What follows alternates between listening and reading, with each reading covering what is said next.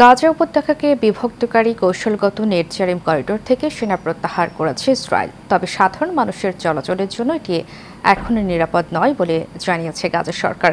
এদিকে গাজা উপত্যকা দখলের বিষয়ে আমেরিকা ও ইসরায়েলের দাবিকে মূল্যহীন বলে মন্তব্য করেছে হামাস। ইরান সফরকালে সংগঠনটির শীর্ষ পর্যায়ের নেতারা এই মন্তব্য করেন, জানাচ্ছেন জাবালুন্নুর। 5 ধাপে বন্দি বিনিময় শেষে নেটজারিম করিডোর থেকে সেনা প্রত্যাহার করল ইসরায়েল। তবে এই করিডোর ব্যবহার না করার জন্য সাধারণ মানুষের প্রতি আহ্বান জানিয়েছে গাজার স্বরাষ্ট্র মন্ত্রণালয়। এদিকে গাজা উপত্যকায় 15 মাসের আগ্রাসনে ইসরায়েল যেসব অস্ত্র ব্যবহার করেছে তার বিরাট অংশ অবিস্ফোরিত রয়েছে। এসব অস্ত্র গাজাবাসীর জন্য মারাত্মক হুমকি সৃষ্টি করেছে। গাজার ধ্বংসস্তূপ থেকে আরও 22 ফিলিস্তিনির লাশ উদ্ধার করা হয়েছে।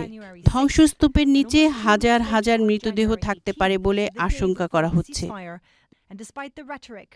অন্যদিকে যুদ্ধবিরতি সত্ত্বেও লেবাননে আগ্রাসন অব্যাহত রেখেছে ইসরায়েল।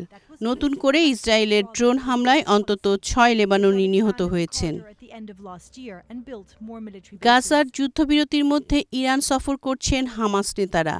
এ সময় গাজা দখল এবং এর ভবিষ্যৎ সম্পর্কে আমেরিকা ও ইসরায়েলের দাবি মূল্যহীন বলে মন্তব্য করেন তারা।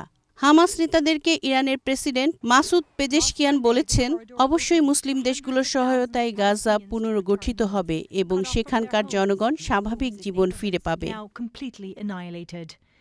জাবালুন্নুর, এশিয়ান টেলিভিশন।